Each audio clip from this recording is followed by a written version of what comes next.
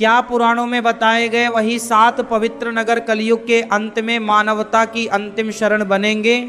कहा जाता है कि जब कलयुग अपने सबसे अंधकारमय समय में पहुंचेगा तब धरती पर 7 ऐसे पवित्र नगर होंगे जिन्हें मोक्ष का द्वार कहा गया है। और हैरानी की बात यह है कि इन 7 नगरों में एक ऐसा नगर भी है जिसे देवताओं का द्वार माना जाता है और एक ऐसा नगर भी जहां मृत्यु को भी मुक्ति का मार्ग कहा गया है। आखिर इन 7 नगरों में ऐसा कौन सा रहस्य छिपा है, आगे जानेंगे आज की इस रहस्यमय कथा में। लेकिन आगे बढ़ने से पहले एक छोटी सी बात, अक्सर लोग कथा सुनना शुरू तो करते हैं पर बीच में ही छोड़ देते हैं। याद रखिए, अधूरी कथा और अधूरा ज्ञान कभी फल नहीं देता, इसलिए इस रहस्य को अंत तक जरूर सुनिए, क्योंकि पूरी कथा ही जीवन का सही मार्ग दिखाती है। कहा जाता है कि इस धरती पर हजारों शहर और हजारों तीर्थ मौजूद हैं, लेकिन प्राचीन ग्रंथों में सिर्फ 7 नगरों को इतना पवित्र बताया गया कि उन्हें मोक्ष का द्वार कहा गया।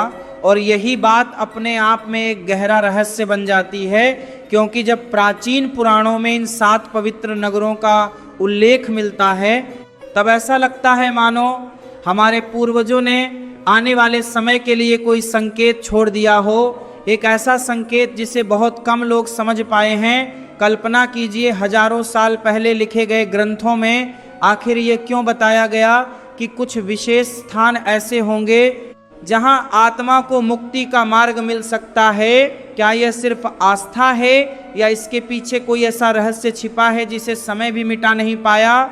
कई संत और साधु कहते हैं कि इन 7 नगरों को समझना मानो पूरे सनातन धर्म के गहरे रहस्य को समझना है, क्योंकि हर एक नगर के पीछे एक ऐसी कथा छिपी है जो समय, मृत्यु और मोक्ष के रहस्य से जुड़ी हुई है।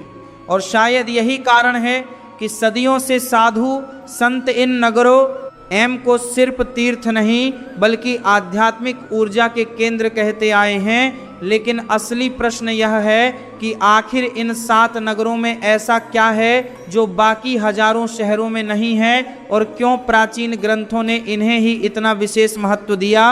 इन 7 नगरों को सप्तपुरी कहा गया है और मान्यता है कि जो व्यक्ति इन स्थानों की यात्रा करता है या जिनका स्मरण करता है उसे मोक्ष का मार्ग प्राप्त हो सकता है। लेकिन इस रहस्य को समझने के लिए हमें सबसे पहले उस नगर की ओर चलना होगा जिसे दुनिया काशी के नाम से जानती है। कहा जाता है कि यह नगर सिर्फ एक शहर नहीं बल्कि एक जीवित रहस्य है, एक ऐसा स्थान जहां मृत्यु भी अंत नहीं बल्कि एक नए मार्ग की शुरुआत मानी जाती है। काशी को भगवान शिव की नगरी कहा जाता है और मान्यता हजारों वर्षों से चली आ रही है कि जो व्यक्ति यहाँ अंतिम सांस लेता है उसे मुक्ति का आशीर्वाद मिलता है।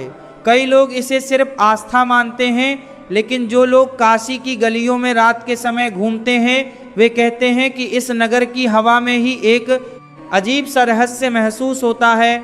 यहाँ की गलियों में समय जैसे धीमा पड़ जाता है और घाटों पर जलती चिताएं मानो जीवन और मृत्यु के बीच की दूरी को मिटा देती हैं। कहा जाता है कि जब किसी व्यक्ति की मृत्यु काशी में होती है तो स्वयं भगवान शिव से कहा गए हैं और घाटों के बीच की दूरी को मिटा देती हैं। यही किसी व्यक्ति की मृत्यु काशी में होती है, उसके कान में तारक मंत्र का उच्चारण करते हैं और उसी क्षण आत्मा को मोक्ष का मार्ग मिल जाता है। ये बात सुनने में जितनी रहस्यमय लगती है उतनी ही गहरी भी है, क्योंकि अगर ये सच है तो काशी सिर्फ एक नगर नहीं बल्कि आत्माओं के पार जाने का द्वार बन जाता है। लेकिन काशी अकेला ऐसा नगर नहीं है जिसे मोक्ष का द्वार कहा गया, क्योंकि इन 7 नगरों में एक और नगर ऐसा है जिसकी कहानी और भी रहस्यमय है। यह वह स्थान है जहां भगवान राम ने जन्म लिया और जिसे धर्म की राजधानी कहा जाता है। हाँ, यह नगर है अयोध्या। कहा जाता है कि अयोध्या को सिर्फ एक ऐतिहासिक नगर समझना उसकी असली पहचान को समझना नहीं है, क्योंकि प्राचीन ग्रंथों में इसे देवताओं द्वारा बसाया गया नगर बताया गया है और यह स्थान मानो धरती और स्वर्ग के बीच एक आध्यात्मिक पुल की तरह है। कई संत कहते हैं कि अयोध्या की भूमि में आज भी वह ऊर्जा मौजूद है जो त्रेतायुग में थी, और शायद यही कारण है कि हजारों वर्षों के बाद भी यह नगर करोड़ों लोगों की आस्था का केंद्र बना हुआ है।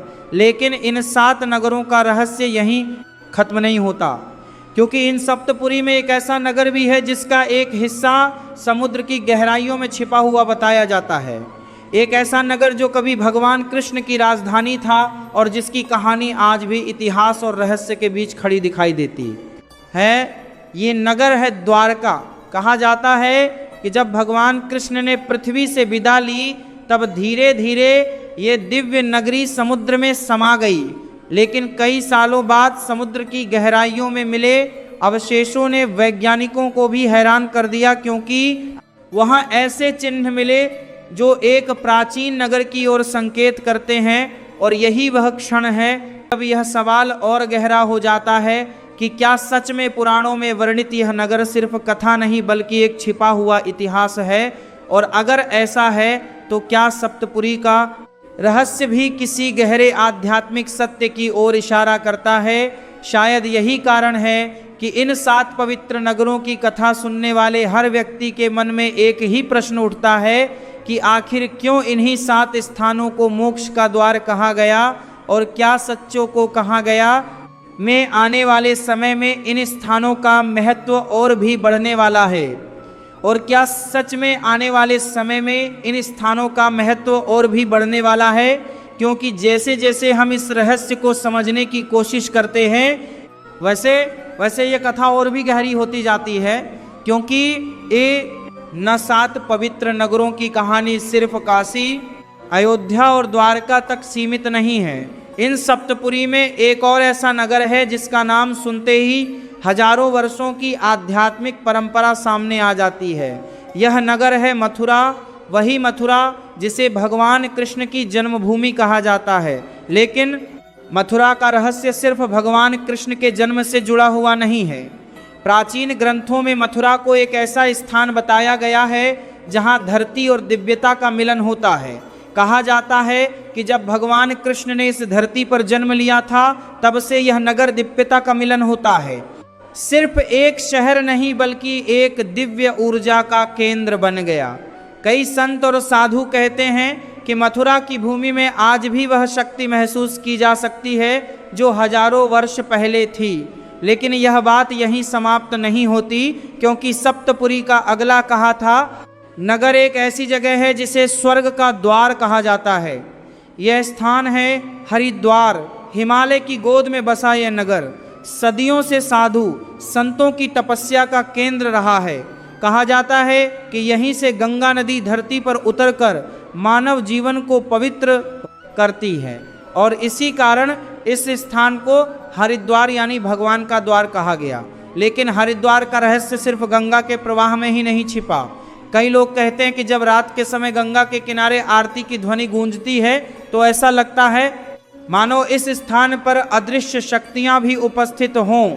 शायद यही कारण है कि हजारों वर्षों से लोग इस स्थान को मोक्ष की यात्रा का आरंभ मानते आए हैं। लेकिन सप्तपुरी की कथा अभी और भी रहस्य छिपाए हुए है, क्योंकि इन 7 नगरों में एक ऐसा पातिकोकेसत नगर भी है जिसे समय का नगर कहा जाता है। ये नगर है उज्जैन।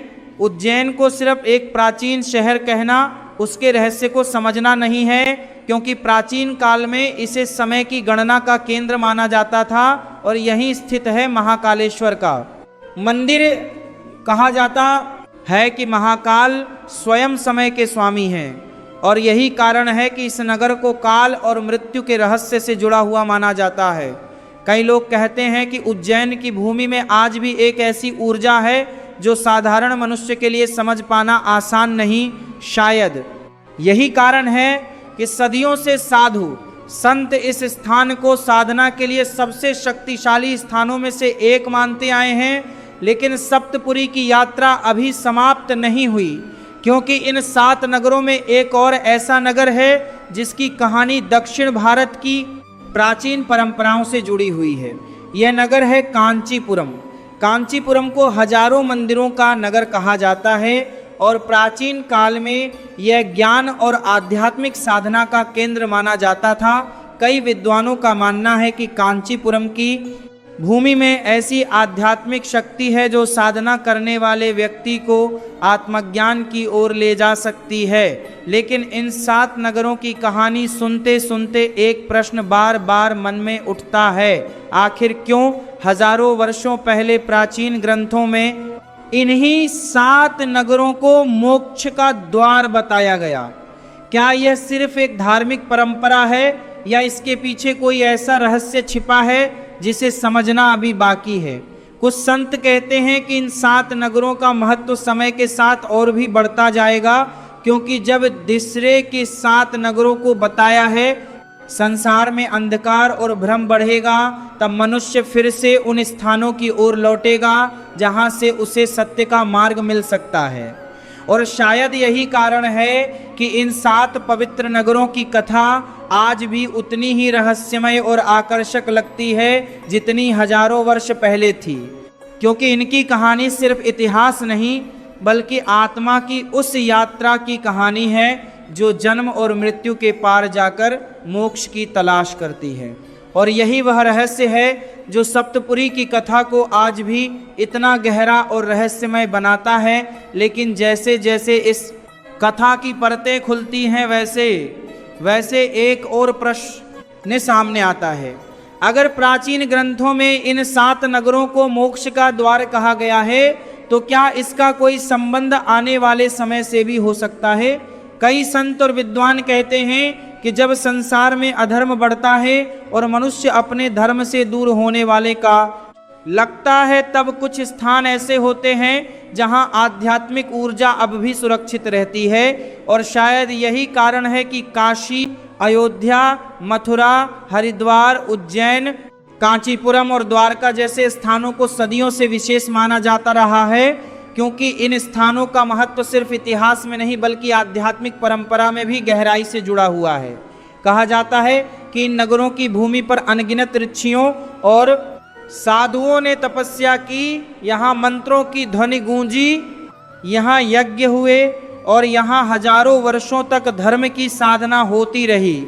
और जब किसी स्थान पर इतनी लंबी अवधि तक साधना और प्रार्थना होती है तो वह भूमि अपने आप में एक विशेष ऊर्जा को संजो लेती है।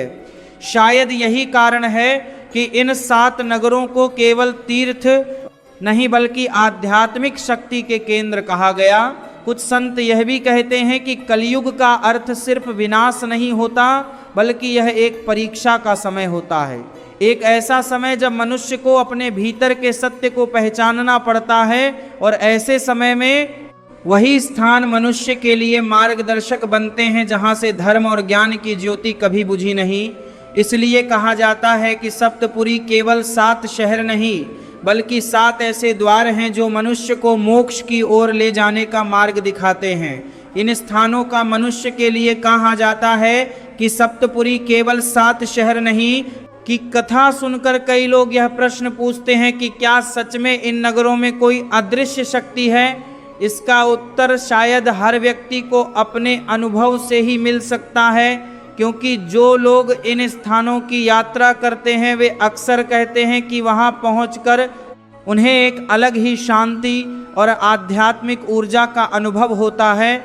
और शायद यही कारण है कि हजारों वर्षों के बाद भी ये नगर लाखों लोगों की आस्था का केंद्र बने हुए हैं। लेकिन इस कथा का सबसे सुंदर पक्ष यह है कि यह केवल भय या रहस्य की कहानी नहीं है बल्कि आशा का संदेश भी देती है, क्योंकि प्राचीन परंपराएं हमें यह सिखाती हैं कि चाहे समय कितना भी बदल जाए, चाहे संसार में कितना भी अंधकार क्यों न फैल जाए, धर्म की ज्योति कभी पूरी तरह समाप्त नहीं होती।